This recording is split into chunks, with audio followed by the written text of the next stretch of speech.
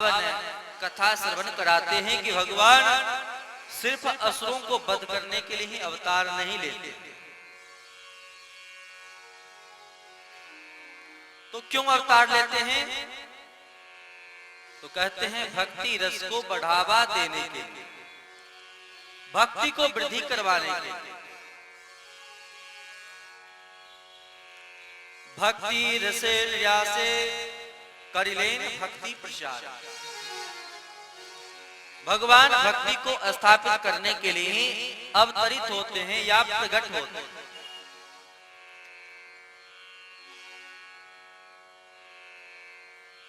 और भक्ति रस को बढ़ाने के लिए किनकी आवश्यकता होगी? तो भक्तों को।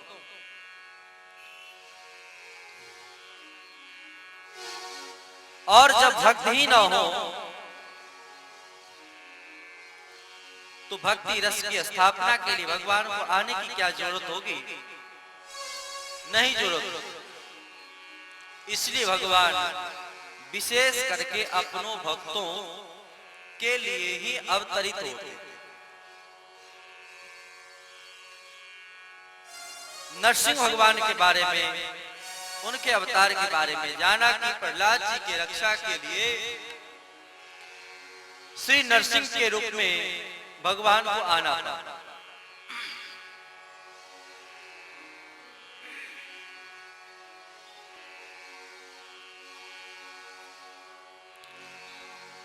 देवताओं को प्रसन्न करने के लिए भगवान ने अनेक स्वरूपों को धारण किया,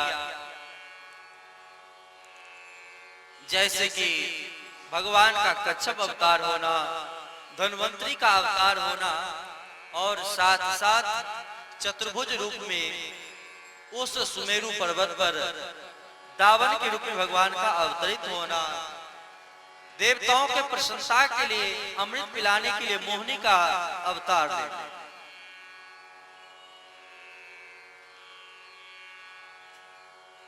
भक्तों को बचाने के लिए मत्स्य के रूप में अवतरित लेना, यह सब भगवान भक्तों के लिए ही करते हैं।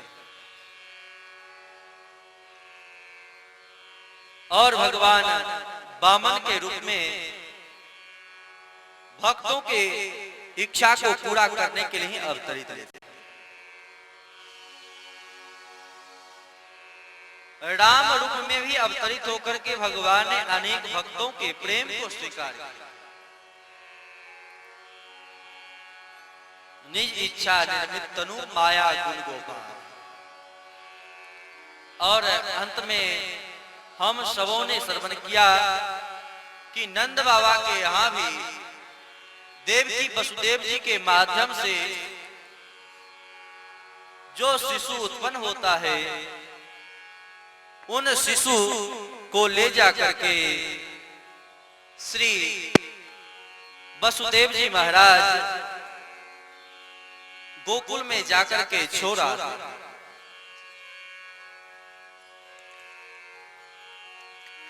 यहाँ पर आचार्यों ने अनेक प्रकार से बातों को कहा। कल समय की कम होने के कारण इन रहस्य वाली बातों पर विशेष रूप से इंकित नहीं किया गया।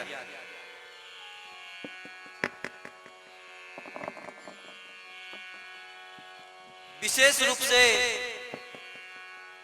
इंकित नहीं करते। क्या कारण? श्री सुखदेव जी महाराज कहते हैं कि हे परीक्षित जी महाराज,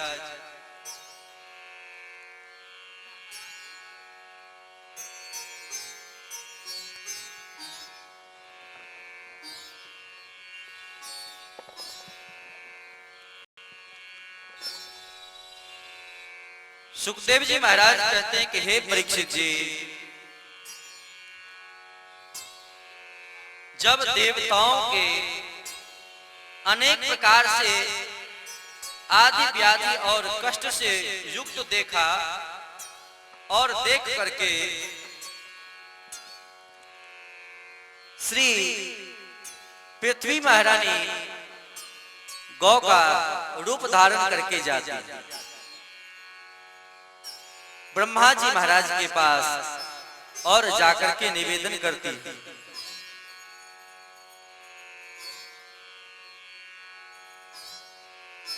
क्या निवेदन करते हैं?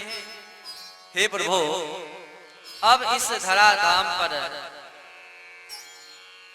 भक्तों के रहने के लिए कोई जगह नहीं। भक्त लोग किनका भजन साधन करें, क्योंकि कंस के अत्याचार से प्रायः भक्त यत्र तत्र भाग गए। और जब तक भक्त नहीं आते, भगवान नहीं आते, तब तक क्या जीव का कल्याण होना संभव है? क्या जीवन का आश्रय संभव है? नहीं संभव। इसलिए आप कोई उपाय करें। ब्रह्मा जी महाराज निवेदन करते हैं और निवेदन करके भगवान के पास संवाद को प्रेषित किया। भगवान संवाद भेजते हैं कि मैं अवतरित होऊंगा।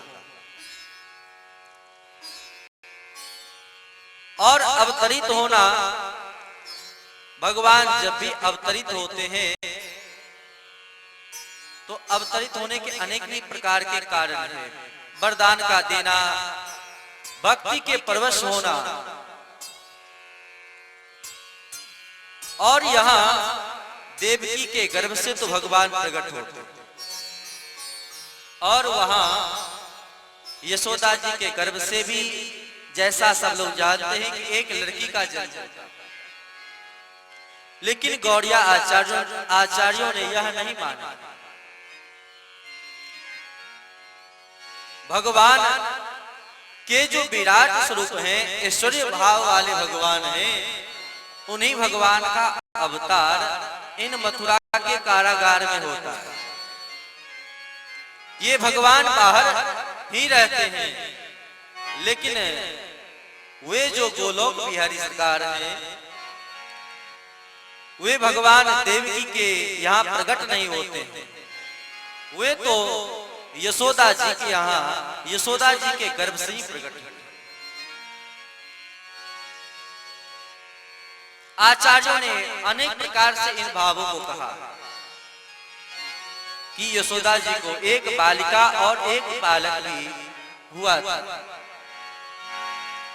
और श्री बल्लभाचार्य जी ने अपने टीका में कहा है कि यह देवकी के गर्भ से जो कहने की बात है, जन्म लेना, यह नाम तो यशोदा जी का एक नाम भी देवकी है। इसीलिए यहाँ जो बालक हुए हैं वह तो नारायण के स्वरूप हैं, लेकिन जो ब्रज में श्याम सुंदर के रूप में जो भगवान प्रकट हुए हैं, वे कौन हैं? वे साक्षात गोलोक बिहारी सरकार। जैसा कि पहले दिन के महात्म्य में बतलाया गया था, भगवान की दो लीलाएं हैं, एक व्यवहारिक लीला और दूसरी वास्तविक लीला। जो सामने दिखाई देता है, क्या वह सत्य होता है? ऐसा नहीं। भगवान के जो प्रेमी भक्त हैं, वही इन रहस्यों को जानते हैं। और वह भगवान जो है, वृंदावनम परित्यज्य पादमेकं न गच्छति, वही गोविंद ठाकुर जो सरकार हैं, वही छोड़ करके नहीं जाता। लेकिन इस भाव को कौन जान सकता है, कौन जान पाता है? कोई नहीं जान पाता। उनके माया से मोहित तो बड़े बड़े जीव हो जाते। अरे यहाँ तक कि ब्रह्मा जी भी मोहित हो जाते। मुह्यन्ति यत् सूरयः, भगवान अवतरित होते हैं।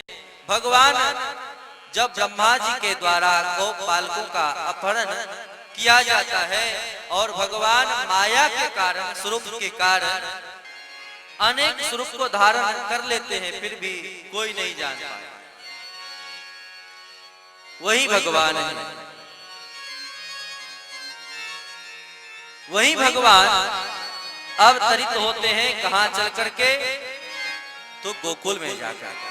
वृंदावन वाले भगवान अलग अलग, मथुरा में भगवान का ऐश्वर्य का प्रभाव है, लेकिन वृंदावन में ब्रजभूमि में भगवान का ऐश्वर्य का प्रभाव नहीं है, उनको कोई भगवान नहीं मानता। सब लोग अपना कोई भाई मानता है, कोई मित्र मानता है, अनेक प्रकार से उनके साथ संबंध जोड़ते।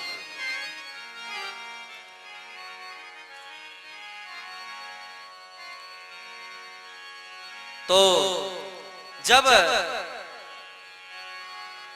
नंद बाबा के यहाँ कोई संतानें नहीं थी और संतान के कारण दुखी थी, क्योंकि इनके यहाँ संतान नहीं है और दुखी थे, समस्त ब्रजवासी दुखी हैं, जो क्या किया जाए, इनके यहाँ शिशु कैसे हो।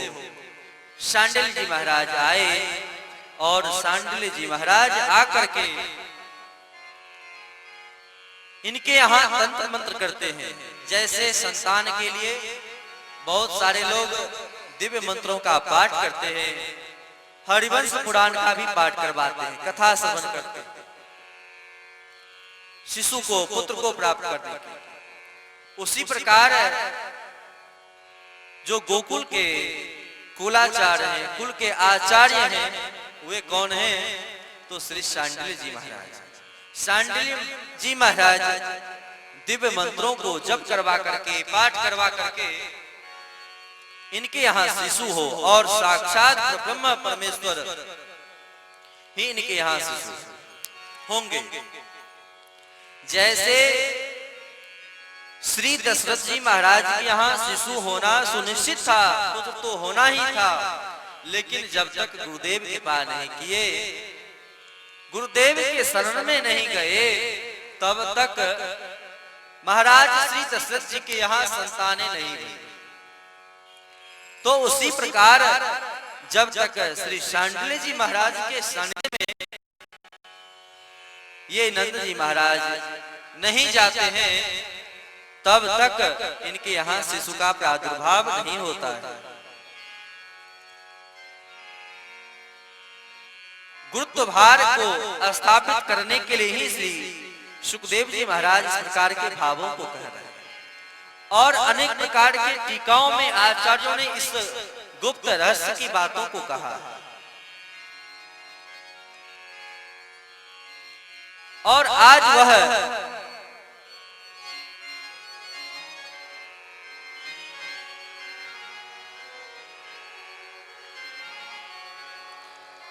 भादव का महीना और अष्टमी की तिथि है, और अंधेरी रात्रि में वसुदेव जी कब दे करके गए पता नहीं चला। और बड़े प्रेम से जब सब लोग सवेरे जगते हैं तो देखते हैं एक नील कमल, नीले रंग के प्रकाशवान स्वरूप एक बालक को देख करके बड़े प्रसन्न हो गए कि हमारे यहाँ लाला का जन्म। अब तो चारों तरफ ब्रजमंडल में आनंद की लहरें दौड़ गई। नंदस्त्वात्मज उत्पन्ने जाता लादो महात्मनः आहूय विप्राण वेदज्ञान स्नातः सुचिरलंकृतः। नंद बाबा के यहाँ आत्मज पुत्र को उत्पन्न जान करके सबके मन में बड़ी ही आनंद की लहरें दौड़। सब लोग बड़े प्रसन्न हो गए और बालक का जन्म कर्मादिक संस्कार को करवा दिया। वाचित्वा स्वस्तयैनम जात कर्मात्वजस्य वै स्वस्ति वाचन को करवाते हैं। कारयामास विधिवत पितृदेवार्चनम तथा। कार्यामास शब्द को रखा गया। कार्यामास का मतलब क्या होता है? करवाना। जब जन्म कर्मादिक संस्कार करवाया जाता है तो लोग बच्चे के माता पिता बैठ करके करते हैं, लेकिन इनके मन में इतनी आह्लाद है, इतनी प्रश्न है ये, अगर आचार्य जो विधि करने को कहते हैं कोई नहीं करता, नहीं कर पाते, कहते हैं अक्षत उठाओ तो चीनी शक्कर को उठा लेते, दूब उठाओ तो कुछ और उठा लेते।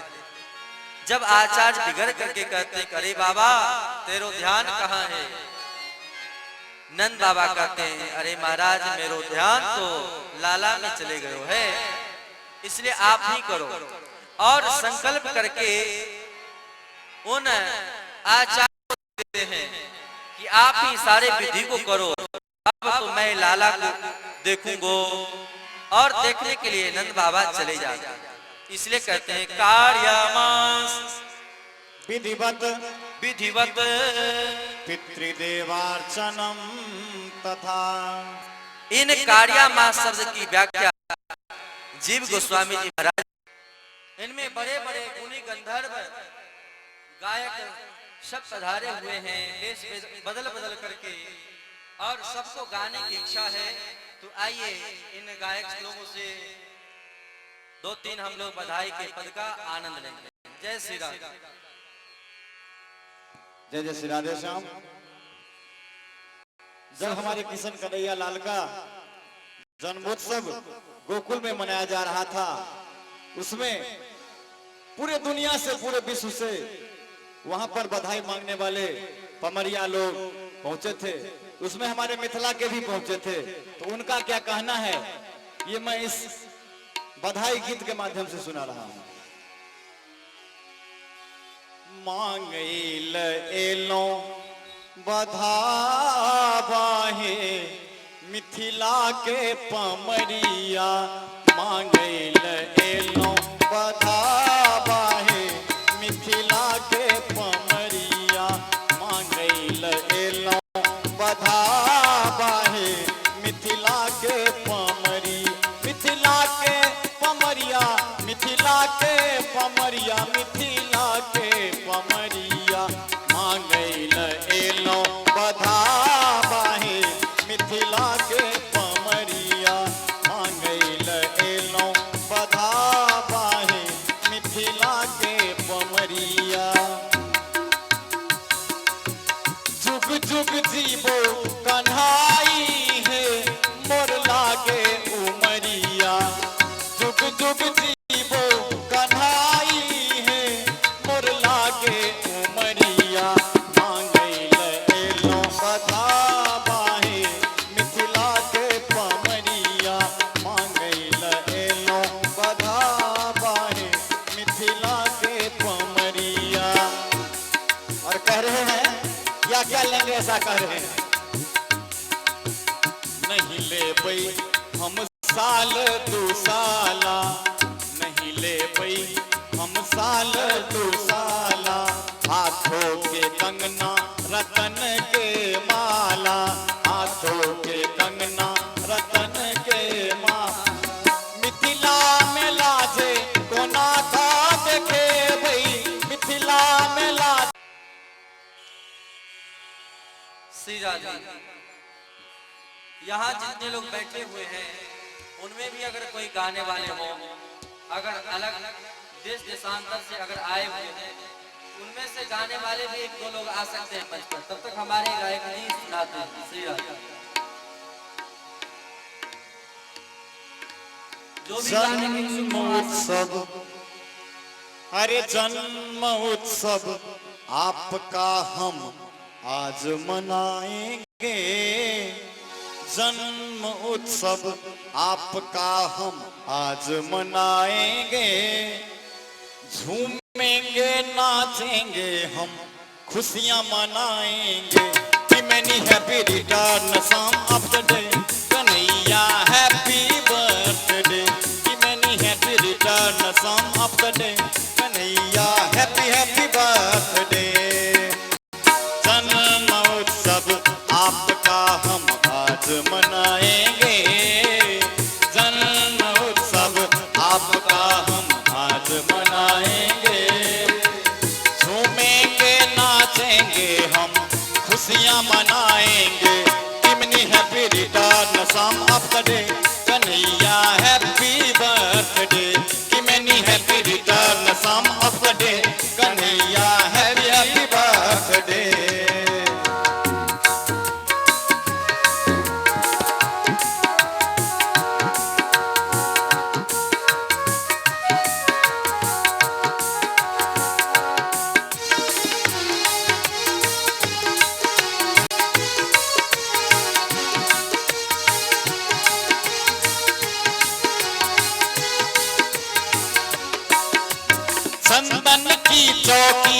हम कान्हा तुझे बिठाएंगे, गंगा के पावन जल से कान्हा तुझे नहलाएंगे। चंदन की चौकी पे हम कान्हा तुझे बिठाएंगे, गंगा के पावन जल से कान्हा तुझे नहलाएंगे। भावों के पुष्पों से हम कान्हा तुझे सजाएंगे, नजर कहीं ना लग जाए काला टीका लगाएंगे, काला टीका लगाएंगे। श्रृंगार बड़ा ही पावन है, लगता ये बड़ा मन भावन है। केसरिया बागा तुम्हें कान्हा पहनाएंगे, झूमेंगे नाचेंगे हम खुशियां मनाएंगे। Many happy returns of the day, Kanhaiya happy happy birthday. Many happy returns of the day, Kanhaiya happy happy birthday.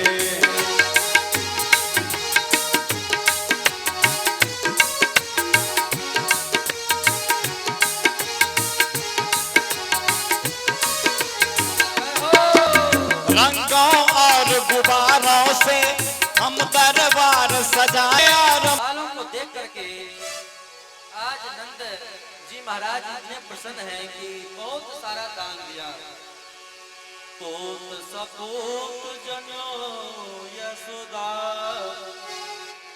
इतनी सुनी के वसुधा सब तोरे, देवन के आनंद भयो, पुनि धावते गावते मंगल गौरी। नंद कछु इतनो जो दयो, घनश्याम कुबेर हूँ कीमति बोरी। देखत मोहि लुटाई दयो, न बची बचिया छछिया न पिछोरी। इतना दान तो दिए हैं कि बड़े ही सब लोग आनंद पूर्वक प्रेम पूर्वक गा रहे हैं। श्री राम लूटन चलो है हाँ, देखन चलो है, लूटन चलो है हाँ, देखन चलो है। लूटन चलो राजा के अंगनैया, लूटन चलो राजा के अंगनैया, लूटन चलो राजा के अंगनैया, लुटन चलो राजा के अंगनैया। लूटन चलो हाँ, देखन चलो है, लुटन चलो देखन चलो, देखन चलो है हाँ, सुनन चलो है, देखन चलो सुनन चलो, सुनन चलो है हाँ, सुनन चलो है। लूटन चलो राजा के अंगनैया, लुटन चलो राजा के अंगनैया, लूटन चलो राजा के अंगनैया। लुटन चलो राजा के अंगनैया। कोई लुटावे अनधन सोना, कोई लुटावे अनधन सोना, कोई लुटावे अनधन सोनमा, कोई लुटावे अनधन सोनमा, कोई लुटावे रुपैया लूटन चलो, कोई लुटावे रुपैया लुटन चलो, कोई लुटावे रुपैया लूटन चलो, कोई लुटावे रुपैया लुटन चलो, राजा के अंगनैया, लुटन चलो राजा के अंगनैया, लूटन चलो राजा के अंगनैया। लुटन चलो राजा के अंगनैया।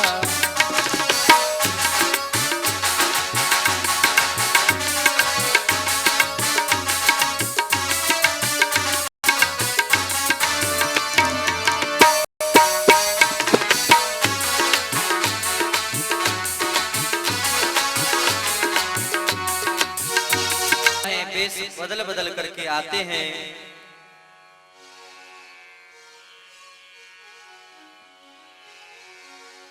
भगवान शंकर जी भी आते हैं नारद मुनि के साथ और दर्शन करने के लिए प्रार्थना करते हैं, लेकिन माताएं नहीं करने देती। लेकिन लाला के बार बार दर्शन करने की इच्छा को देख करके जब भगवान शंकर जी बार बार प्रार्थना करते हैं तो भगवान ये लीला करते हैं और कुछ देर के लिए मौन हो जाते हैं, रोते नहीं हैं। तब झाड़ फूक के बहाने से भगवान शंकर जी प्रवेश करते हैं। बड़ा ही ब्रजमंडल में कौतूहल है, आनंद है। बहुत समय व्यतीत हो गए हैं और श्री नंद बाबा को कर देने के लिए भी मथुरा जाना है, कर तो देना पड़ेगा। और ऐसे समय में श्री नंद बाबा ब्रजमंडल के अपने कुछ लोगों को, ब्रजवासियों को नियुक्त कर देते हैं कि लाला की रक्षा को करना, यहाँ देखना, मैं कर दे करके आ रहा हूं। और बड़े ही प्रफुल्लित हैं, आनंद पूर्वक सबको छोड़ करके छकड़े पर उन दूध दही को रख करके ब्रजमंडल की ओर, यहाँ से मथुरा की ओर जा रहे हैं। ब्रजवासी तो बड़े ही आनंदित हैं, आनंद पूर्वक उत्सव को मना रहे हैं। इसी बीच में कंस के द्वारा भेजा गया यह जो पूतना है, बकी है, पूतना कहती है कि मैं स्त्री हूं और स्त्री होकर के अगर जहां कहीं शिशु का जन्म हुआ होगा मैं उसके घर में पहुंच जाऊंगी, क्योंकि पुरुष का प्रवेश संभव नहीं है, इसलिए और भी राक्षस नहीं पहुंच सकते हैं और पूतना तो पहुंच सकती है। कहती है कि मैं अपने स्तनों में कालकुट नाम के जहर को लगा करके जाऊंगी और जहां कहीं भी आपका वह काल होगा मैं उनको वध कर दूंगी, जहर पिला करके मार गई हैं। बहुत सारे शिशुओं को मृत्यु के घाट को उतार दी हैं, लेकिन देख रही है कि वहां तो और जगह तो कम भीड़ है, लेकिन इन नंद बाबा के यहाँ काफी भीड़ है। तो यहाँ भीड़ होने का कारण क्या है? तो पता चलता है कि यहाँ शिशु का जन्म हुआ और सुंदर सज धज करके श्रृंगार करके उन नंद बाबा के घर में पहुंच जाते हैं। सब लोग इन सुंदर सौंदर्य को देख करके सब पूतना की ओर ही देखने लगते हैं और पूतना बड़ी सरलता ढंग से उन यशोदा जी के घर में प्रवेश करके बालक को देखने लगती हैं और देखते देखते उन शिशु को अपने गोद में उठा लेते हैं। लोगों का स्वभाव होता है कि जहां हम जिस कार्य को कर रहे हैं उससे कार्य पर इंगित न हो करके अगर सामने कोई आ जाए तो सब कुछ भुला करके उन्हीं को देखने लगना। और यही इन ब्रज के गोपियों सबसे गलती भई, सूक्ष्म अपराध है। जैसा कि श्री रामचरितमानस में वर्णन है, श्री राघवन सरकार जब वन की ओर प्रस्थान कर रहे हैं और प्रस्थान करने के समय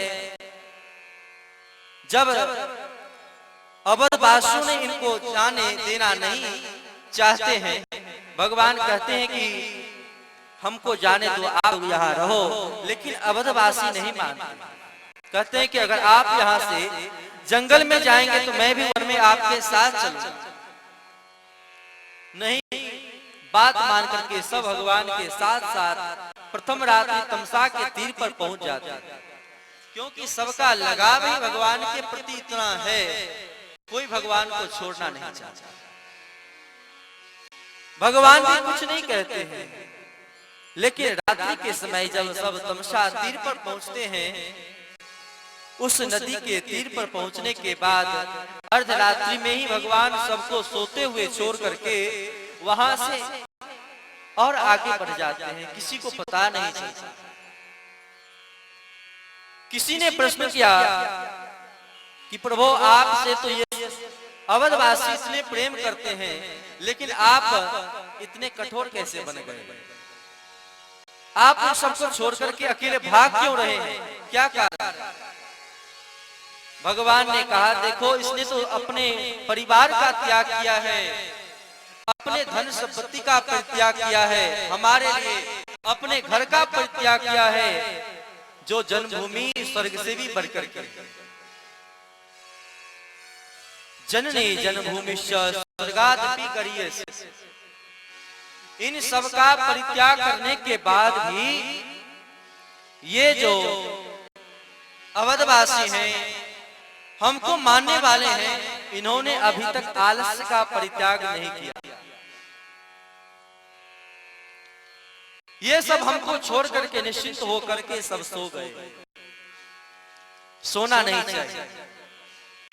भगवान सबको तो माफ करते हैं, आलसी को कभी भी क्षमा नहीं करते।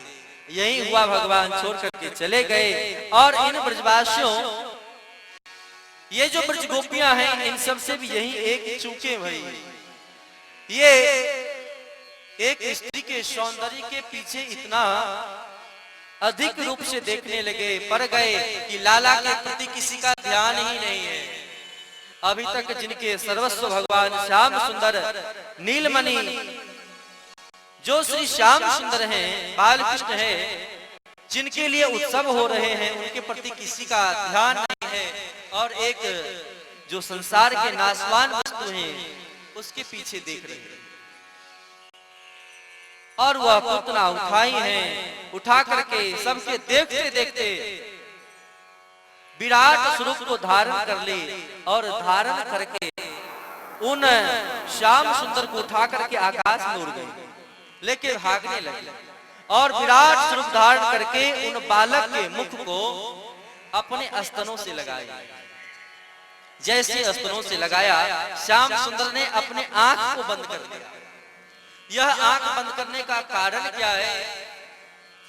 इस पर अनेक आचार्यों ने अनेक प्रकार से इस भाव को कहा है। भगवान आंख क्यों बंद करते हैं? भगवान कहते हैं कि मैं जब इस ब्रजमंडल में आया तो मैंने क्या सोचा, मैंने सोचा कि यहाँ खूब दूध दही मक्खन को खाऊंगा, लेकिन यहाँ आकर के सर्वप्रथम तो मुझे जहर खाने को मिल रहा है। इसलिए भगवान आंख बंद कर लेते हैं। एक आचार्यों ने यहाँ का यह कहा है कि नहीं नहीं, भगवान इसलिए आंख नहीं बंद करते हैं। भगवान तो इसलिए आंख बंद करते हैं कि यह पूतना है, यह अविद्या है, और मैं विद्या के स्वरूप हूँ, ज्ञान के स्वरूप हूँ। अगर मैं अपने नेत्रों को खोल दूं तो अविद्या तो हमारे सामने ही नष्ट हो जाती, फिर मैं क्या क्या। इसलिए भगवान आंख बंद कर लेते हैं। इसकी पोल पट्टी खुल जाएगी, तब तो वो जो लीला करने के लिए हम आए वह पूरी नहीं हो पाए। इसलिए भगवान आंख बंद कर लेते हैं। एक आचार्य ने कहा कि नहीं नहीं, यह बात नहीं है। जैसे बालक को माताजी चिरेता देती है पीने के लिए, औषधि देती है पीने के लिए, और जब शिशु नहीं पीता हो तब माताएं कहती हैं, अरे बेटा आंख बंद करके पी लो ना। तो भगवान समझने के लिए आंख बंद करके पी लेते। एक संत कहते हैं यह बात नहीं है, भगवान आंख इसलिए बंद करते हैं कि पूर्व जन्म में आज जो यह मेरा स्पर्श कर रही है, क्या पूर्व जन्म में इसने कोई सत्कर्म को किया है कि नहीं, यह भगवान आंख बंद करके देख रहे हैं। एक संत कहते नहीं नहीं, इसलिए भगवान आंख नहीं बंद करते हैं। भगवान आंख इसलिए बंद किए क्योंकि भगवान सोचते हैं कि यह इतनी सेवा आके कर रही है, मैं इनको कौन सी गति को दूं, कौन लोग को मैं दूं, इसलिए भगवान आंख बंद कर दिया। इस प्रकार से सैकड़ों भाव है भगवान की आंख बंद करने के। भगवान आंख बंद कर लिए, और आंख भगवान बंद किए हुए हैं। यह सोचती हैं पूतना, ये तो वैसे ही आंख बंद किया हुआ है और अपने स्तन उन श्याम सुंदर के मुख में डाल देती हैं। भगवान ने पहले तो क्या किया है, दोनों हाथों से उन पूतना के वक्षस्थलों को पकड़ा और पकड़ करके और दूध को पीना प्रारंभ किया। सर्वप्रथम जो स्तनों के ऊपर जो जहर लगा हुआ था, कालकुट जहर, उस जहर को क्या करते हैं भगवान पीते हैं। तत्पश्चात दूध को पीते हैं और दूध को पीने के साथ साथ पूतना के प्राण को भी पीने लगे। अब जैसे ही पूतना के प्राण को भगवान पीते हैं, पूतना के जो मर्म स्थल है उनमें पीड़ा होने लगी और जोर जोर से चिल्लाने लगी, ना पुत, अरे पुत छोड़ना, अरे छोड़ देना। लेकिन श्याम सुंदर कहते, मैया मोको तो पकड़े ही आवे हैं, छोड़वे को तो आवे ना है, हमको तो पकड़ना आता है, हमको तो छोड़ना आता नहीं। भगवान कहते, जिसको एक बार मैं पकड़ लेता हूं उसको फिर कभी नहीं छोड़ता।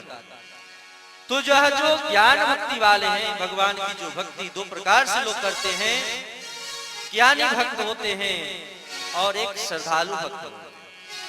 ज्ञानी भक्त अपने ज्ञान के द्वारा उनको पकड़ते हैं, मानते हैं, लेकिन जो प्रेमी भक्त होते हैं, श्रद्धालु भक्त होते हैं, वह तो भगवान को ही अपने को सौंप देते हैं, क्योंकि ज्ञान के द्वारा तो उनकी भक्ति छूटने का भय बना रहता है। उनको हम पकड़े, यह कैसे हो सकता है। इसलिए हे प्रभु, मैं आपको नहीं पकड़ सकता, इसलिए आप ही हमको पकड़ लें। और यही जब भगवान पकड़ लेते हैं भक्तों को, तो फिर कभी छोड़ते। भगवान स्तन को नहीं छोड़े हैं और पूतना चिल्लाती हुई छोड़ना छोड़ना छोड़ना करती भाई मृत्यु को प्राप्त हो गई। अब तो ये ब्रजवासी गोपियां सब दौड़ रही हैं, हाँ मेरे पुत्र, हाँ नंदनंदन कहाँ हो। और दौड़े दौड़े सब जाकर देखते हैं कि विशाल एक राक्षसी है, उसके वक्षस्थल पर श्याम सुंदर पड़े हुए। जाकर के उठाती हैं,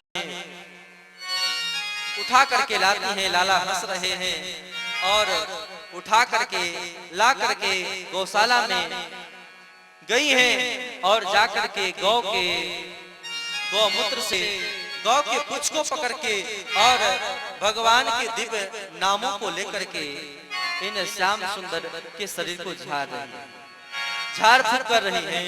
हे नरसिंह भगवान, हमारे लाला के सिर की रक्षा को करो। हे राम भगवान, हमारे लाला की बाह की रक्षा करो। हे वामन भगवान, हमारा लाला के पांव की रक्षा को करो। इस प्रकार भगवान के नामों के द्वारा ही भगवान को झाड़। यह सुनकर के श्री शुक जी महाराज श्री परीक्षित जी को सुना रहे हैं कि देखो भगवान की महिमा, भगवान के नाम के द्वारा ही भगवान को झाड़ फूक किया जा रहा है। कहूं कहां लगी नाम बराई, कहूं कहां लगी नाम बराई, रामन सा कही नाम गुण गाई, रामन सा कहीं नाम गुण गाई। कहूं कहां लगी नाम बराई, कहूं कहां लगी नाम बराई। कहां तक नाम की प्रशंसा को कहा जाए। ये ब्रजवासी सब सोचते हैं कि अब इन राक्षसी के शरीर को क्या किया जाए, तो पूतना के शरीर का खंडन जगह जगह से काट करके एक जगह इकट्ठा किया गया। पूतना का जहां हाथ गिरा है, आज भी ब्रजमंडल में हाथरस नाम के वह स्थल है, उस जगह का नाम हाथरस। पूतना के गिरने से कितने वन भुवन अपने आप चकनाचूर हो गया और उन्हीं पावन लकड़ियों पर इनको लिटाया गया। इधर श्री नंद बाबा यहाँ से चल करके कर देने के लिए मथुरा आए और कंस को कर दिया, और कर देने के बाद वहां से चल करके कारागार में जाते हैं और कर देने के बाद जब कारागार में किनसे मिलने जाते हैं? वसुदेव जी महाराज से।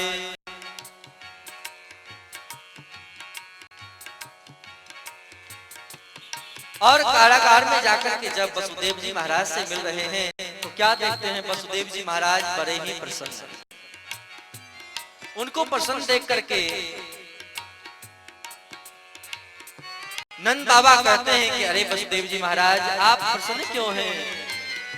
यह सुनकर वसुदेव जी महाराज कहते हैं अरे नंद बाबा, अरे आपके घर में लाला का जन्म हुआ, बहुत दिनों से आपके घर में संतान नहीं थी, इसलिए हमारे मन में बड़ी ही प्रसन्नता है। और नंद बाबा बड़े ही दुखी है, ये इनका मन जो है बड़ा ही दुखी है। दुखी देख करके वसुदेव जी महाराज कहते हैं कि नंद जी महाराज अरे आप दुखी क्यों हैं? यह सुनकर के नंद बाबा कहते हैं कि आपके यहाँ मैंने सुना है कि 6 पुत्र का जन्म हुआ और सबको दुष्ट कंस ने मार दिया। अरे अंत में 7वां पुत्र जब जन्म लेने वाला था वह उनका भी गर्भपात हो गया और 8वें में तो लड़की का जन्म हुआ, उसको भी कंस ने नहीं छोड़ा, इसलिए मेरा मन बड़ा ही दुखी है। मानो एक सूत्र को स्थापित कर रहे हैं। नंद बाबा और वसुदेव जी महाराज दोनों मित्र। जरा हम सभी विचार करें, नंद बाबा के यहाँ संतानें भी हैं तो नंद बाबा को प्रसन्न रहना चाहिए, लेकिन नंद बाबा अपने मित्र के पास जा करके उदास हैं। और वसुदेव जी महाराज के यहाँ इतने संतानों की हत्या हो चुकी है फिर भी प्रसन्न है। यह क्या हमें इंगित करता है?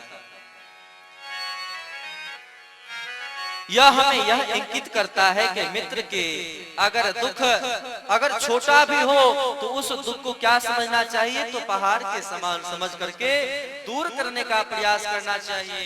और अगर अपना दुख पहाड़ के समान भी हो तो भी मित्र को नहीं बताना चाहिए, उसको रज समझ करके मित्र को नहीं बताना।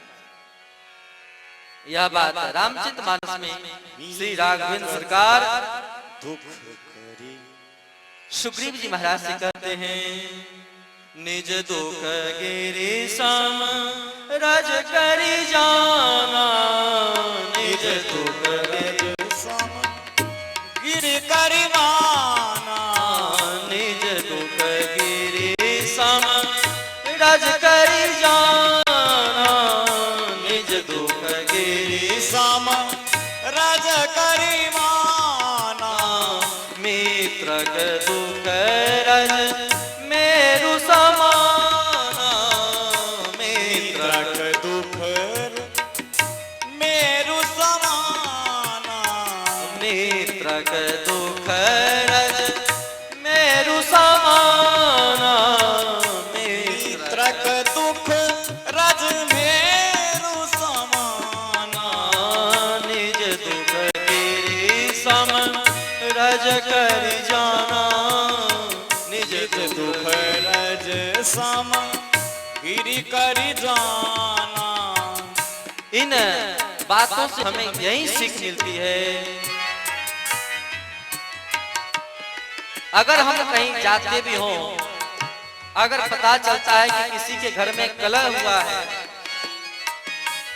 वह किसी को बताना नहीं चाहता है, तो हम लोग अपने मित्र के घर जाते हैं तो बार बार वही ऐसी बात कहते हैं, व्यंग करते हैं कि भाई तुम्हारा घर तो ठीक है ना, अरे सुनने में मिला है कि तुम्हारे बेटा अनुकूल नहीं है, बहू अनुकूल नहीं है।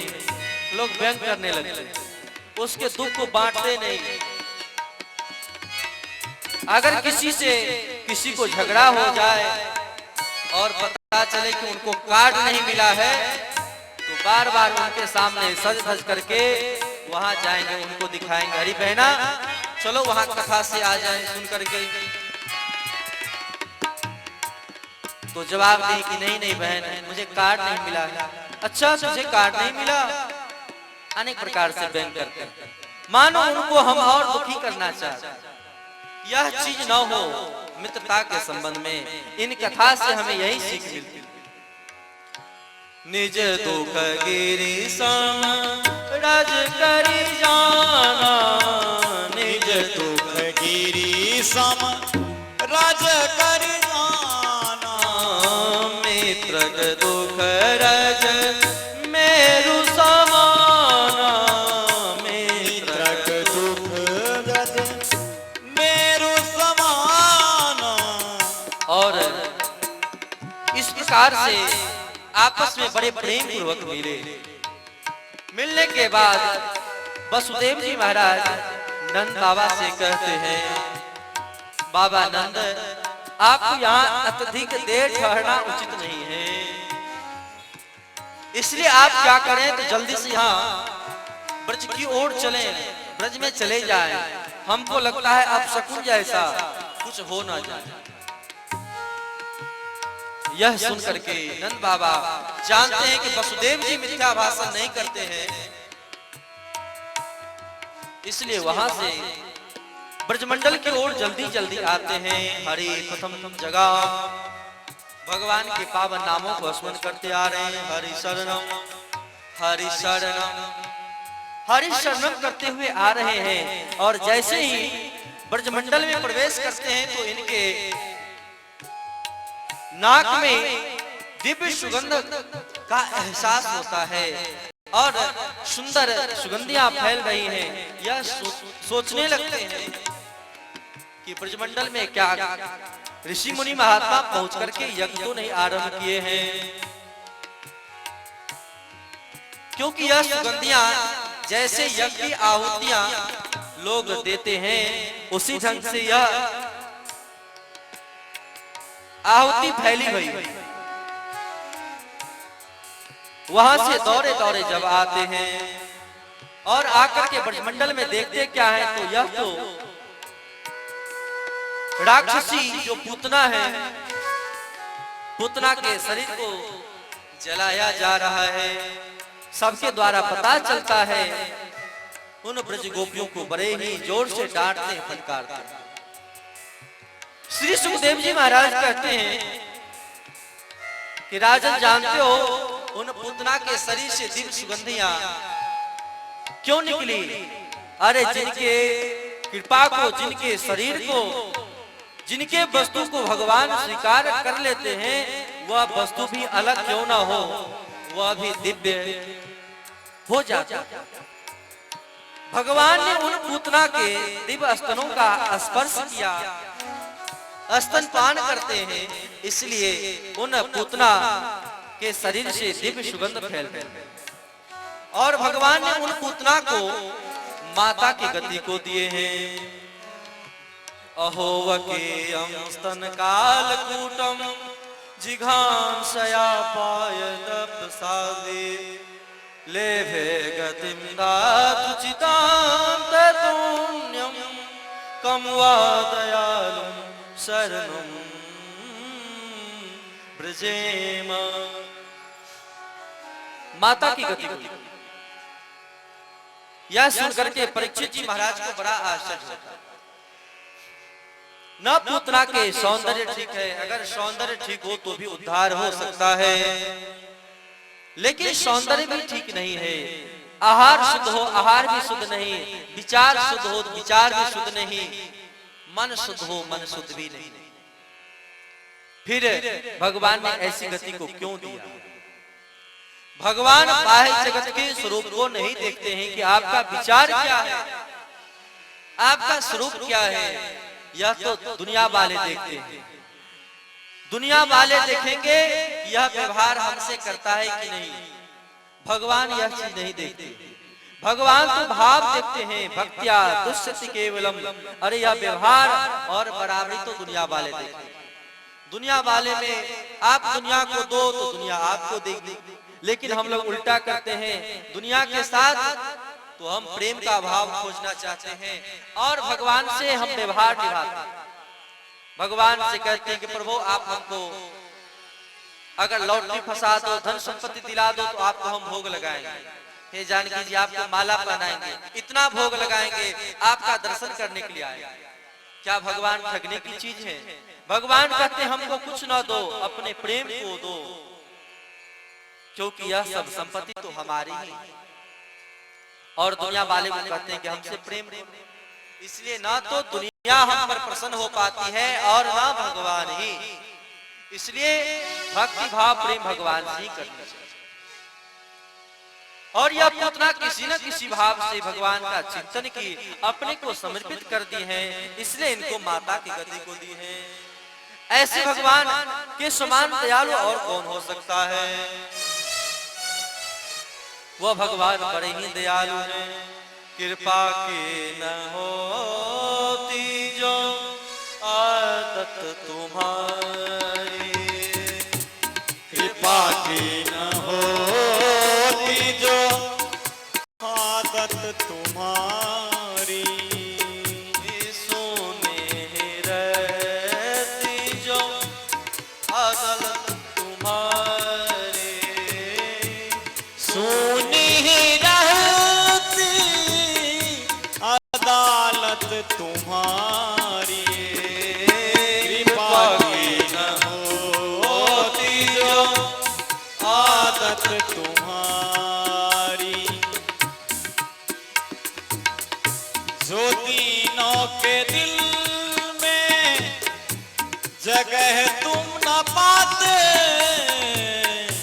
जो तीनों के दिल में जगह तुम न पाते, तो किस दिल में होती इबादत तुम्हारी,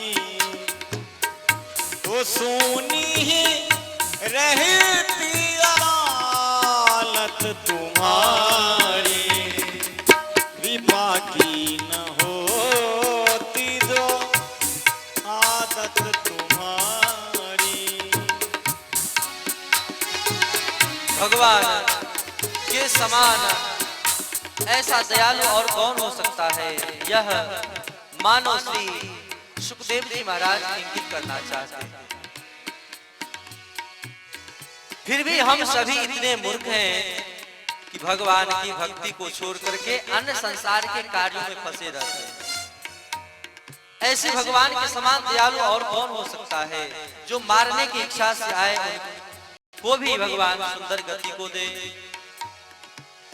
श्री सुखदेव जी महाराज कहते हैं कि जब वसुदेव जी महाराज यहाँ आए और ब्रज मंडल में आकर के बड़े प्रसन्न हुए, दिन प्रतिदिन उत्सवें हुआ करती है। ये ब्रजवासी कभी यह सोच करके व्रत मनाते हैं कि आज रोहिणी तिथि है, रोहिणी नक्षत्र है, अष्टमी तिथि है, इस प्रकार से मना रहे हैं। और जब प्रेम पूर्वक मनाते हैं, नाई को बुलवाते हैं और कहते हैं कि लगा दो दुहाई। अब तो नाई जाकर के घर घर में जाकर के निमंत्रण दे देता है कि आज पुनः फिर यशोदा मैया के यहाँ लाला की जन्म बधाई है, आज फिर वहां बधाई होगी। अब तो जितनी भी ब्रज गोपी हैं, युवतियां हैं, पुनः दौड़ी दौड़ी आ जाती हैं, क्योंकि आज रोहिणी नक्षत्र। इस प्रकार से दिव्य उत्सव को मना रहे हैं। लेकिन लाला अभी सोया हुआ है, इसलिए लाला को क्या करें, तो लाला को एक छकड़े के नीचे जिस पर दूध दही मक्खन आदि टंगे हुए हैं, उस पर जाकर के लाला को ये लिटा देती हैं, उसके नीचे झूले में लगा करके, और सब मिल करके यहाँ प्रेम पूर्वक गा रहे हैं। हो ब्रज में है रही जय जयकार, नंद घर लाला जायो है। ब्रज में है रही जय जयकार, नंद घर लाला जायो है। ब्रज में है रही जय जयकार, नंद घर लाला जायो है। ब्रज में है रही जय जयकार, नंद घर लाला जायो है। लाला जायो है, नंद घर लाला जायो है। लाला जायो है, नंद घर लाला जायो है। ब्रज में है जय जयकार, नंद घर लाला जायो है। ब्रज में है रही जय जयकार, नंद घर लाला आयो है। ग्वाल बाल सब हिल मिल गावे, ग्वाल बाल सब हिल मिल गावे। चूतक चूत नंद घर आवे, चूत के चूत नंद घर आवे। ब्रह्मानंद समान आज सुख सबने पायो है। ब्रह्मानंद समान आज सुख सबने पायो है। ब्रज में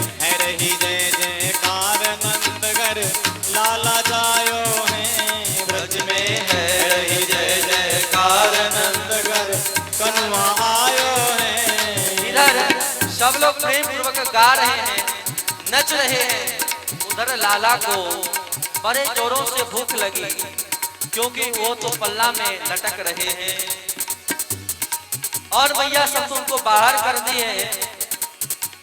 वह जो शकट रखा हुआ है, उन शकट के ऊपर नीचे में इनको लिटाया गया। अब तो लाला जोर जोर से चिल्लाने लगे, रो रहे हैं, लेकिन सब इतने गाने में मस्त हैं कि किसी का ध्यान ही नहीं जाता है। सब तो यशोदा मैया को बधाई दे रही है।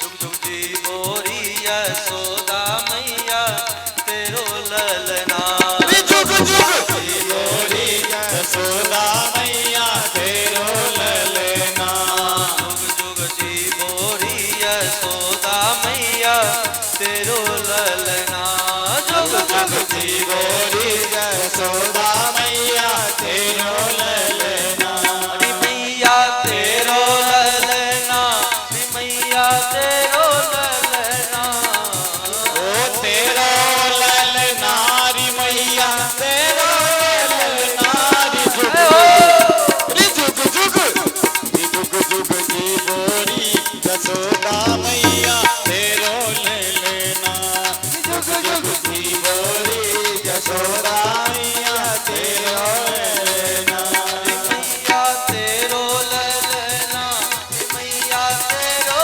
ललना, तेरो ललना री मैया तेरो ललना, जुग जुग बोरी यशोदा मैया तेरो ललना, जुग जुग जी बोरी यशोदा मैया तेरो ललना।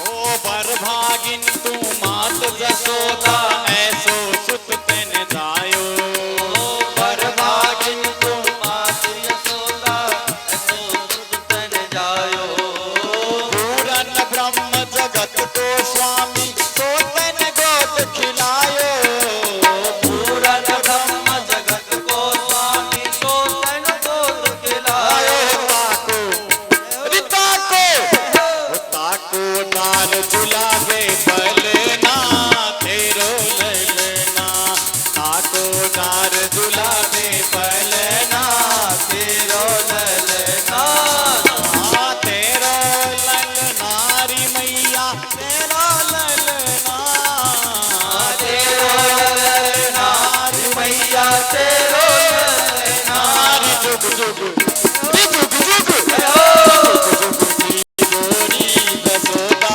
मैया तेरो ललना, जुग जुग जी बोरी यशोदा मैया तेरो ललना, ओ धन्य घड़ी जब होए जसोदा मैया कह कर बोले, धन्य घड़ी जब होए यशोदा मैया कह कर बोले, ओ नूपुर बांध दो चरणन में गुट बन डोले, नूपुर बांध दो चरणन में गुट बन डोले, पकड़े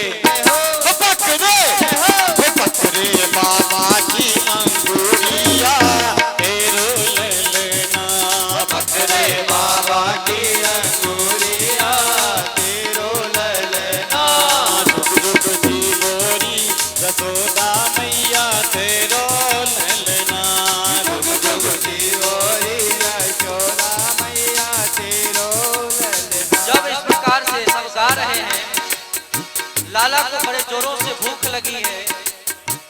अब तो बालकस्य रोमनम बलम, एक तो रोना ही उसके भीतर बल है, अब जोर जोर से रोने लगे। आज इतने में एक असुर जो कंस के द्वारा भेजा गया था, शक्टासुर, उसने बालक को एक अलग देखा और बालक को अलग देख करके सोचता है कि मैं अवसर पाकर के उस शकट पर बैठ जाऊं और उन श्याम सुंदर को लेकर के उड़ जाऊंगा। इधर बड़े बड़े पूर्वक सब लोग गा रहे हैं। आशा लेकर बड़ी दूर से दर्शन करिबे आयो, आशा लेकर बड़ी दूर से दर्शन करके आयो। ओ मेरो इष्ट जगत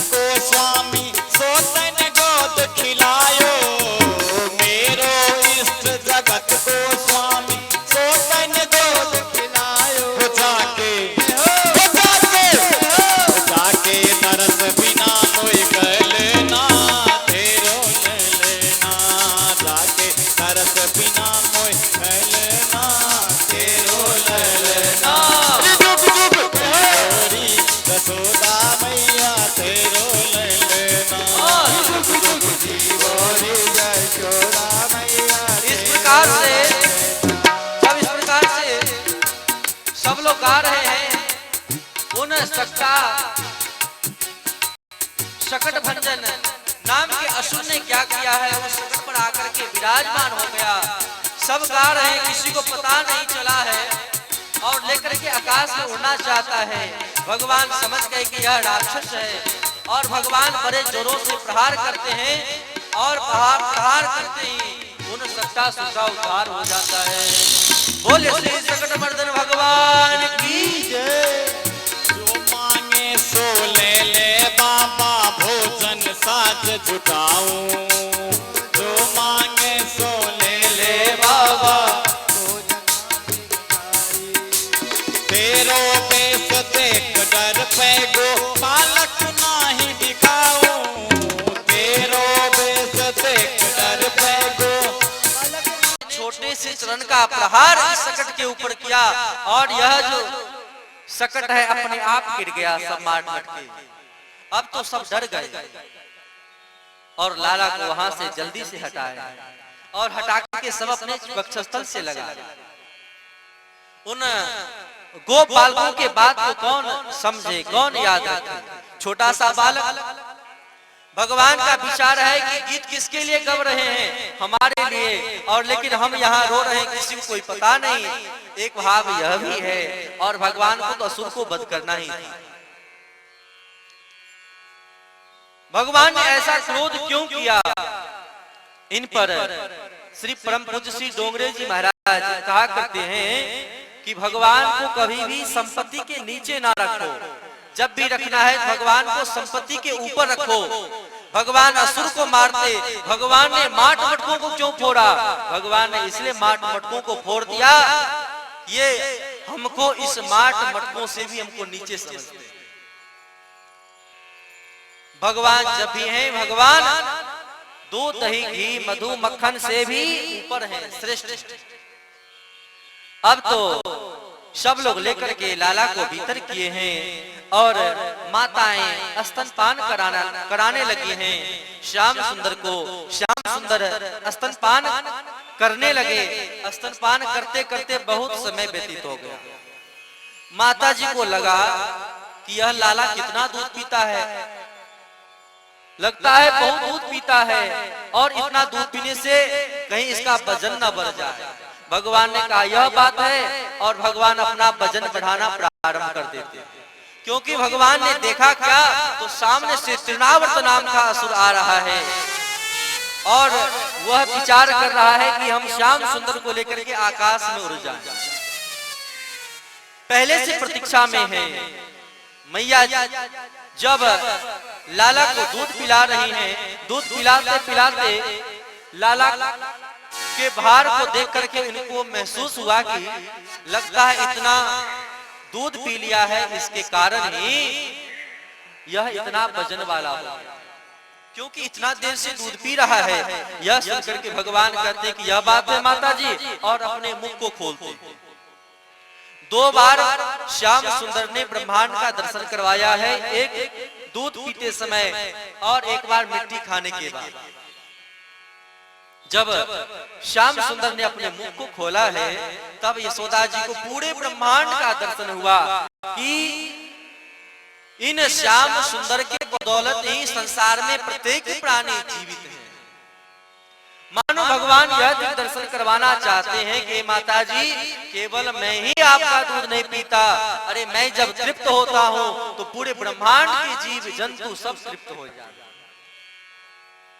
श्री यशोदा महारानी उन श्याम सुंदर को वहीं छोड़ी हैं और भीतर गई हैं कार्य से, और इधर तृणावर्त आया और उन श्याम सुंदर को उठा करके आकाश में उड़ा, और आकाश में लेकर के जैसे उड़ने लगा भगवान ऊपर चले गए हैं। और भगवान क्या देखते हैं कि यह ऊंचा गांव है, यह ललिता सखी का गांव है, यह विशाखा सखी का गांव है। ऊपर से भगवान देख रहे हैं कि हमारे लिए तो विमान ही आया है, पहले से मैं निरीक्षण कर लूं कि हमारे जो प्राणेश्वरी श्री जी हैं उनका महल कहाँ है। इन सब का निरीक्षण किए हैं और जब तृणावर्त ने उन श्याम सुंदर को उठाया और कुछ करना ही चाहता है तो भगवान क्या करते उसके गला को दबाने लगे। लगता है कि मैं नंद द्वार से कहीं कोई विशाल काला पत्थर तो नहीं उठा लाया हूँ और देखना चाहता है। भगवान ने अपने हाथ को बढ़ा करके और तृणावर्त के गले को दबाया। गले को दबाते ही तृणावर्त का वध हो गया, मृत्यु को प्राप्त हो गया और जोरे जोर से चिल्लाते हुए मृत्यु को प्राप्त हो गया। बोलिए श्री तृणावर्त मर्दन भगवान की। अब उसका मर्दन हो गया, मृत्यु को प्राप्त हो गया। भगवान जहां के तहां हैं, माता जी बड़ी प्रसन्न हैं। अब इन लाला को क्या करूं, लाला के साथ बड़ी ही लाड़ लड़ाती रहती हैं। कन्हैया झूले पल नानक हौले का दे जो कन्हैया कन्हैया कन्हैया झूले पल नानक हौले झोंका दे जो कन्हैया झूले पल नानक हौले झोंका दीजो निक हौले झोंका दीजो निक हौले झोंका दीजो निक हौले झोंका दीजो निक हौले झोंका दीजो कन्हैया कन्हैया कन्हैया झूले पल नानक हौले झोंका दीजो कन्हैया झूले पल नानक हौले झोंका दीजो। प्रत्येक दिन जितनी भी ब्रज की गोपियां हैं सब आकर के प्रेम पूर्वक गा रही हैं। श्याम सुंदर को देखने के बहाने से आती हैं, उनसे लाड़ लड़ाती हैं।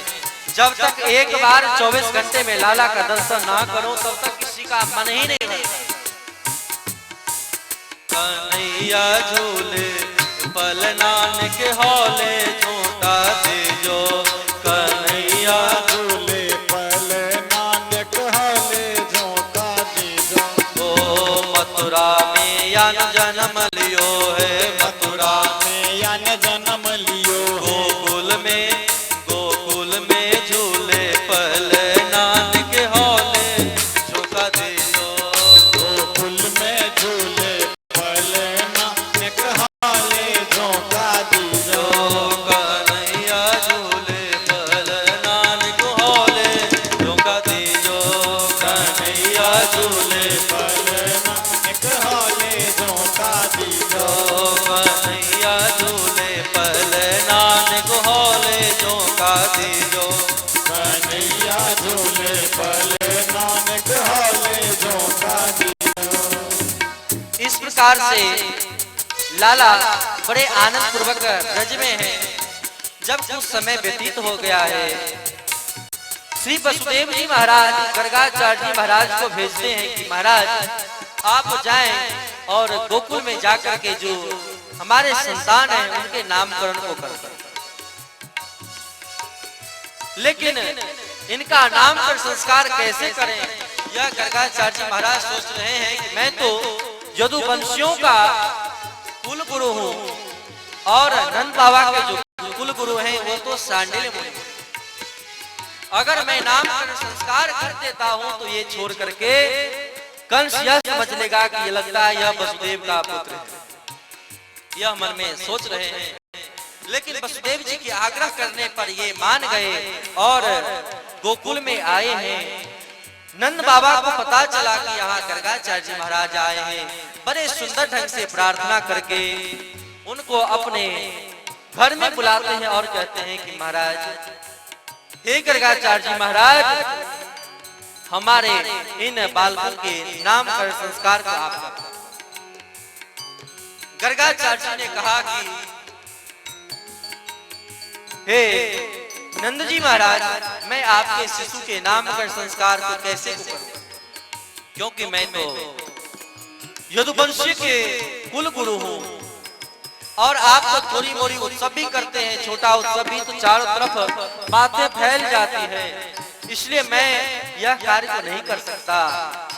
तब श्री नंद जी महाराज कहते हैं कि यह बात नहीं है, मैं यह नाम कर संस्कार जो गौशाला में जाकर के चुपके से करूंगा, और वहीं चुपके से नाम का संस्कार करवाने के लिए ले जाते हैं।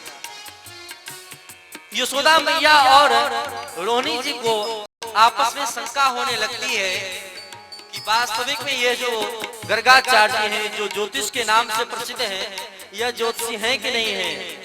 और इनकी परीक्षा लेने के लिए बालक बदला बदली करके उन गर्गाचार्य महाराज के सामने में आते हैं, और गर्गाचार्य महाराज इनके सुंदर सौंदर्य स्वरूप को देख करके ही मोहित हो जाते हैं।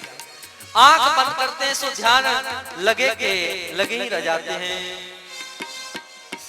और जब बहुत देर के बाद जब ध्यान खुलती हैं, तब बलराम जी की ओर ध्यान दे करके कहते हैं, जो कि यशोदा मैया के गोद में है, अयम ही रोहिणी पुत्रो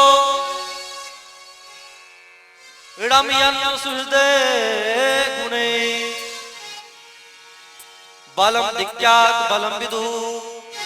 अरे यह तो रोहिणी का पुत्र है, यह तो आपका पुत्र नहीं है, लेकिन रोहिणी के पुत्र होने के कारण सबके हृदय में आनंद को प्रदान करने वाला है, आनंद देने वाला है, लेकिन यह इनके भीतर में बल भी अधिक होगी, इसलिए इनका नाम आनंद देने के कारण राम और बल अधिक होने के कारण बलराम इनका नाम हुआ।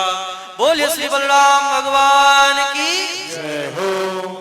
अब तो यशोदा जी को लगा कि नहीं नहीं नहीं, यह तो वास्तविक में ज्योतिषी हैं, और इन शिशु के नामकरण के बारे में जब पूछती हैं तब कहते हैं आकर्षति, इनका नाम कभी वसुदेव भी था, और जो सबके चित्त को अपनी ओर आकर्षित करे, आकर्षति थी कृष्ण, जो सबके चित्त को अपनी ओर आकर्षित कर ले, हठात इनका नाम कृष्ण होगा। बोल श्री बाल कृष्ण लाल की जय हो। लेकिन माता जी कहती हैं कि आप तो भले ही महाराज इतना बड़े बड़े नाम को आप रखते हैं, कृष्ण को कहने में भी जीव को टेढ़ा करना पड़ता है, आपने भले ही सुंदर नाम रखा है कृष्ण और बलराम, लेकिन मैं तो अपने इन बालकों को एक मधुर नाम से पुकारूंगी, एक का नाम कनुआ और दूसरे का नाम बलुआ। बोले श्री कनुआ बलुआ भगवान की जय हो। और सुंदर ढंग से दान दक्षिणा दे करके गर्गाचार्य को विदा किया। बड़े आनंद पूर्वक ब्रजमंडल में सब आनंद मना रहे हैं। अब श्याम सुंदर धीरे धीरे थोड़े बड़े हुए हैं और थोड़े थोड़े चलने भी लगे हैं, और चलते देख करके माताएं क्या करती हैं, तो पाँव में सुंदर पैजनियां बांध देती हैं, और पैजनियां बांधने के बाद सुंदर सुंदर पीले पीले रंग के वस्त्र उनको पहनाती हैं। सूरदास जी महाराज ने वर्णन किया है, रुन झुन छनन छनन छन बाजत है पैजनिया, रुन झुन छनन छनन छन बाजत है पैजनिया, रुन झुन छनन छनन छन बाजत है पैजनिया, रुन झुन छनन झनन छन बाजत है पैजनिया, मातु यशोदा चलन सिखावे, मातु यशोदा चलन सिखावे, मातु यशोदा चलन सिखावे, मातु यशोदा चलन सिखावे, उंगली पकड़ दो कनिया, हाँ उंगली पकड़ दो कनिया, झनन झनन झनन झनन झनन पैजनिया, झनन झनन झन बाजत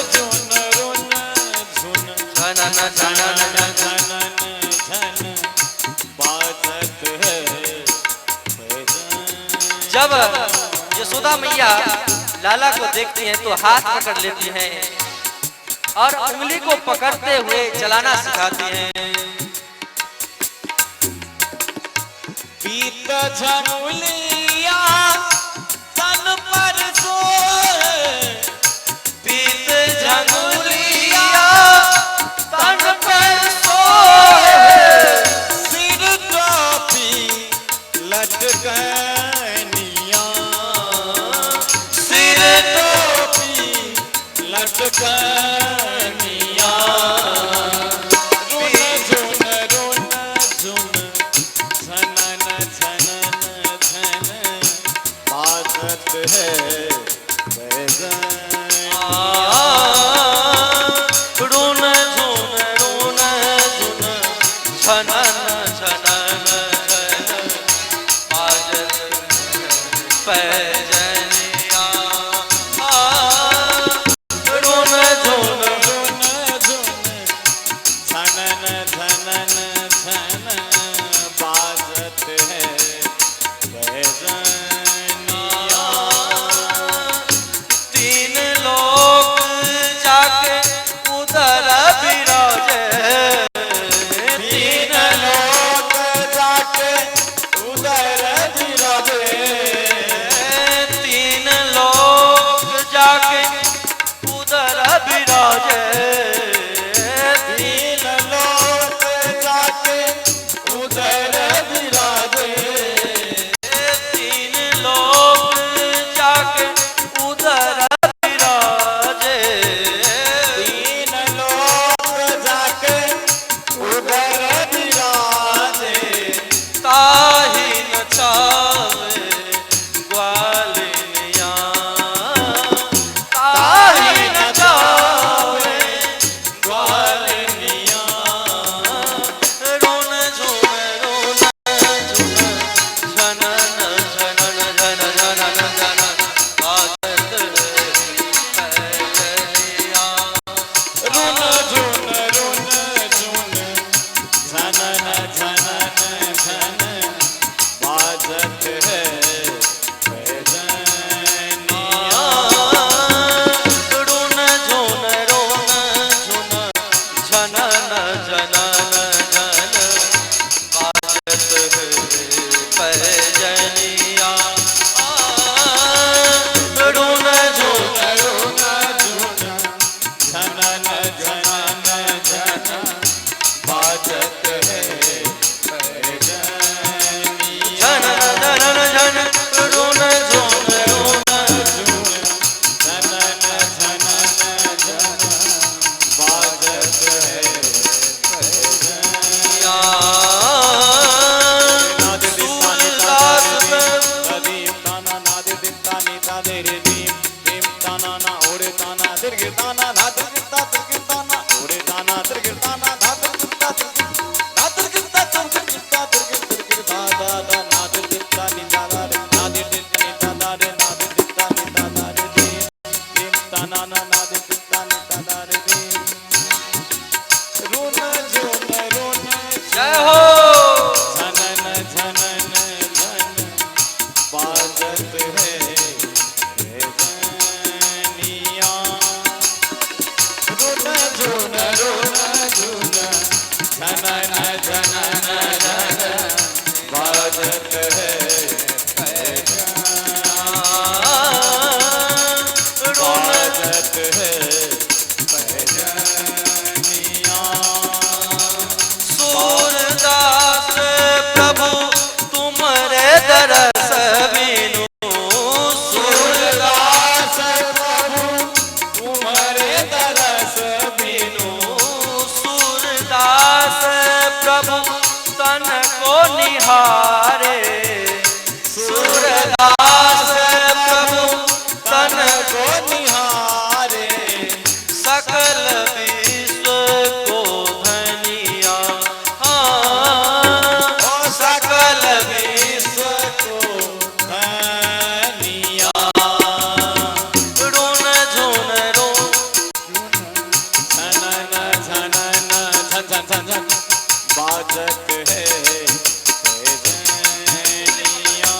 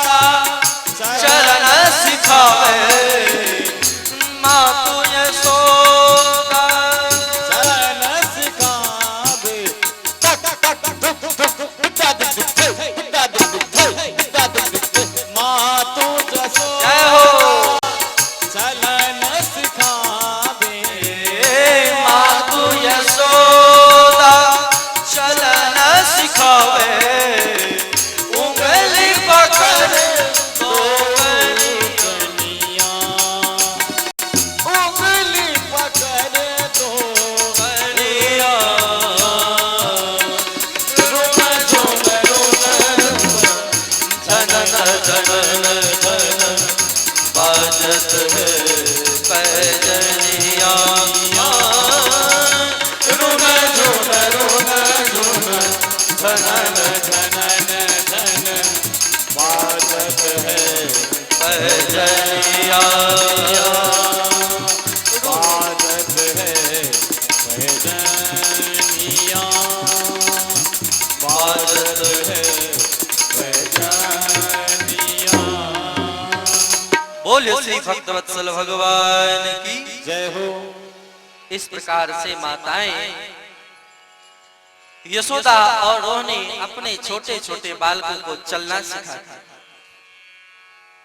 रुन झन झनन झनन झन बाजत है पैजनिया। इनके चरण कमल से सुंदर सुंदर ध्वनि प्रकट हो रही है। सुंदर सुंदर पीले पीले वस्त्र पहने हुए हैं। इनके स्वरूप को देखकर के बड़े बड़े देवी देवता मोहित हो जाते।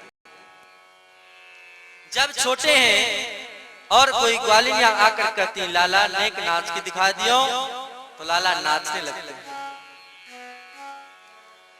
जिन लाला के इशारा पर, जिन भगवान के इशारा पर पूरे ब्रह्मांड नाचता है, वही भगवान वही लाला आज एक गोपियों के इशारे पर नाच रहे हैं। यह भक्ति का फल है।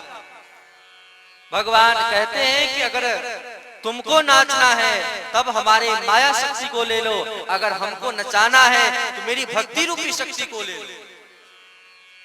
और भगवान नाचने लगते। बड़े आनंद से लाला छोटे से थे, नेक बड़े हुए, और जैसे ही बड़े हुए इनके बहुत बाल गोपाल सब हो गए और मित्र सब हो गए।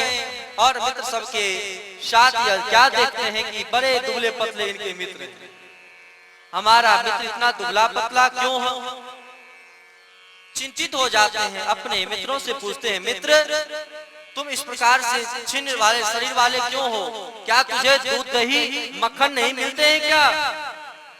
तो ग्वाल बाल जवाब देता है, नहीं नहीं मेरे मित्र, यह सब हमें प्राप्त नहीं होता है। हम लोग गरीब हैं ना, इसलिए हमारी माताएं इनको बेच देती। लाला को क्रोध आ गया कि हमारे मित्र गरीब, और अरे काम करवे को हम लाला और दूध दही खावे, बछड़ा गौ चरावे हम ग्वाला और दूध दही खावे मथुरा के लाला। यह ठीक नहीं है। इसलिए यह भगवान कहते हैं कि देखो अपने घर में जाओ और जाकर के तुम माखन मिश्री मांग करके लाओ, और माखन मिश्री मांगो, अगर खाने के लिए दे तो ठीक है, नहीं तो हम लोग चोरी करेंगे।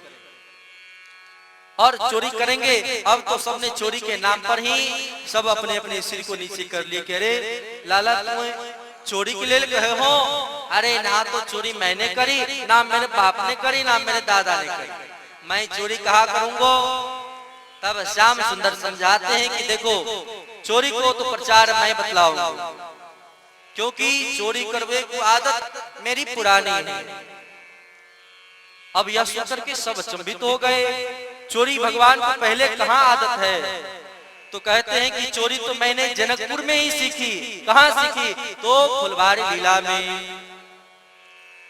वह गोपियां सब इन श्याम सुंदर के लिए कहती हैं, कुछ कर दिया है हम पर, कुछ कर दिया है हम पर उस दृग विशाल ने, कुछ कर दिया है हम पर उस दृग विशाल ने, मन को चुरा लिया है, मन को चुरा लिया है, घुंघराल बाल ने, मन को चुरा लिया है, घुंघराल बाल ने, कुछ कर दिया है हम पर, कुछ कर दिया है हम पे उस दृग विशाल ने, कुछ कर दिया है हम पे उस दृग विशाल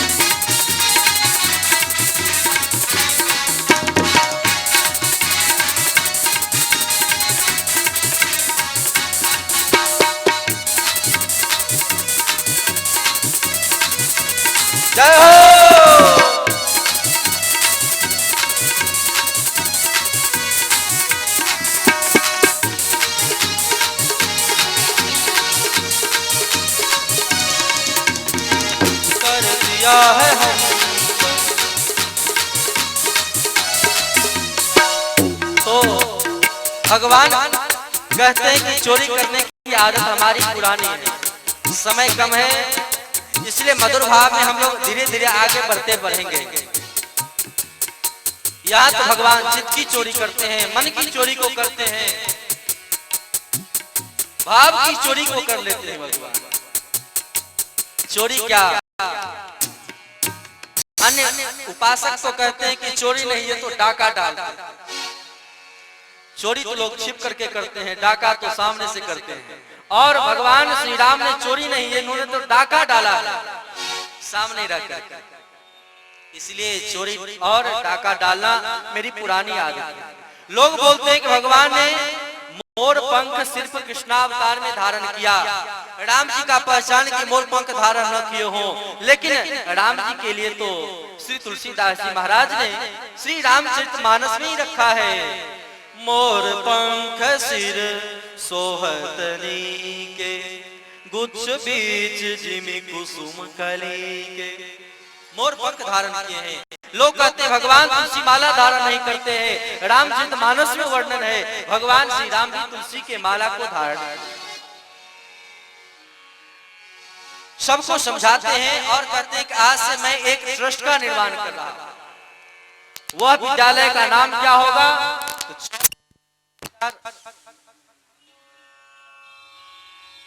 चौर विद्या प्रचार प्रसार मंडल। भगवान उस मंडल का निर्माण करवाते हैं और कहते हैं कि उसका अध्यक्ष कौन? तो मैं ही हूँ। मैं तुम लोगों को रोज सिखाया करूंगा। अब तो सब लोग मिल करके गए जहां तहां अपने अपने घर में चोरी करने के ताई, लेकिन चोरी करने में कोई पकड़े गए, सबकी बड़ी पिटाई लगी। सब रोते बिलखते सब लोग आए हैं और कहते कि लाला ये तूने कहा क्यों? हम सब लोगों की बड़ी पिटाई लगी। लाला सबके शरीर पर हाथ फेर देते हैं और कहते हैं कि आज से तुम्हें पिटाई नहीं लगेगी। अब तो चोरी घर घर में करने की सीखी है ना, अब चलो हम लोग सब मिल करके एक साथ चोरी को करेंगे। और घर घर में जा जा करके चोरी करते हैं। इन चोरी को करते देख करके जितनी भी गोपियां हैं श्याम सुंदर को देखने के बहाने से तो रोज आती हैं कि किसी प्रकार श्याम सुंदर हमारे घर में आ जाए और हमारे माखन को भी खाए, हमारे घर को पवित्र करे। यह देख करके, यह सुन करके श्री परीक्षित जी महाराज कहते हैं कि भगवान ने चोरी क्यों की? इस पर कहते हैं श्री सुखदेव जी महाराज, चोरी करनी बुरी बात नहीं है। अरे संसार में जो तुच्छ वस्तु के लिए चोरी करते हैं उनको तो बड़े जोरों की दंड मिलती है, लेकिन जब श्याम सुंदर चोरी करते हैं तो भक्तों के प्रसन्नता के लिए चोरी करते हैं।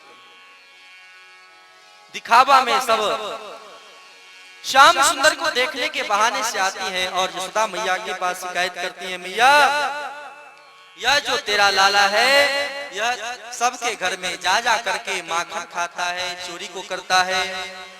मैया बिगड़ी, अरे माखन ही तो खाता है और तुम्हारा क्या लेता है?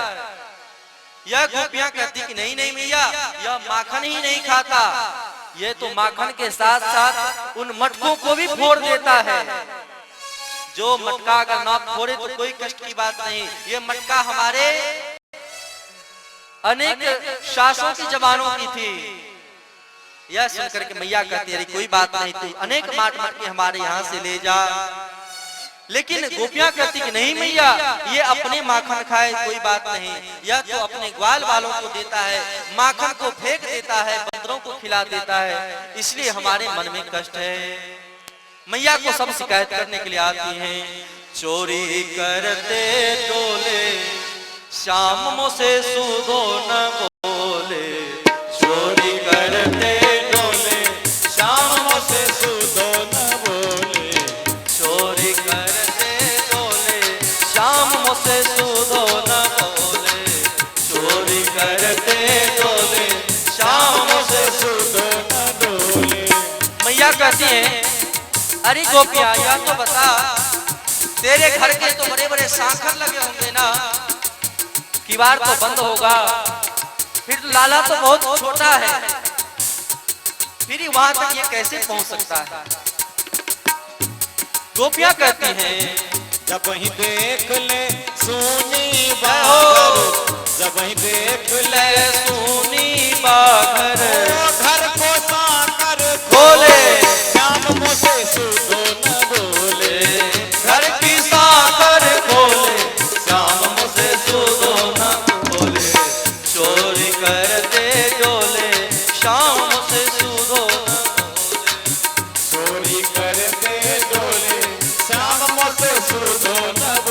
अरे मैया तू जानती है हम लोग जब जल भरने के लिए बाहर चली जाती हैं तब सब